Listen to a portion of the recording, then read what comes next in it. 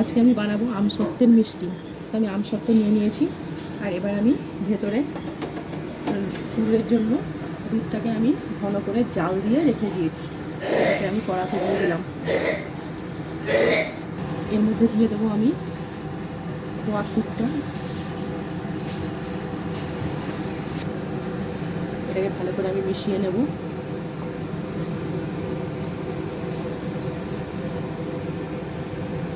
এর মধ্যে দিয়ে দেবো এলাচ গুঁড়োটা।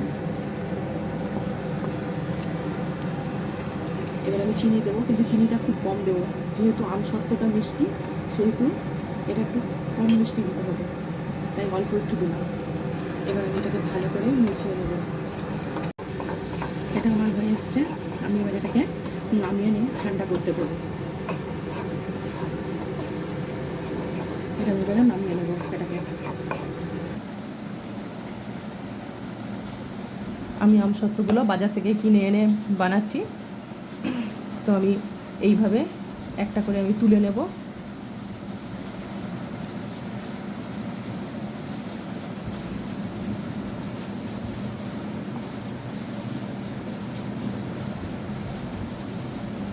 এই দুটো করে এরকম করে একসাথে দিয়ে দেবো।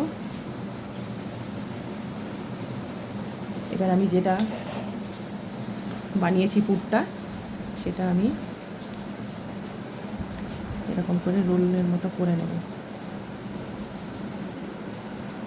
ঠিক এই মাপে করতে হবে।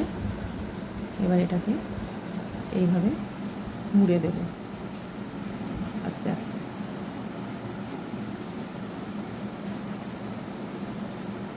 এইভাবে আমি আস্তে আস্তে বানিয়ে নেব একটা একটা করে।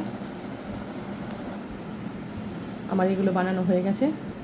আমার রান্না যদি আপনাদের ভালো লেগে থাকে তাহলে লাইক করবেন, শেয়ার করবেন, কমেন্টস করবেন, আর সাবস্ক্রাইব করতে ভুলবেন না।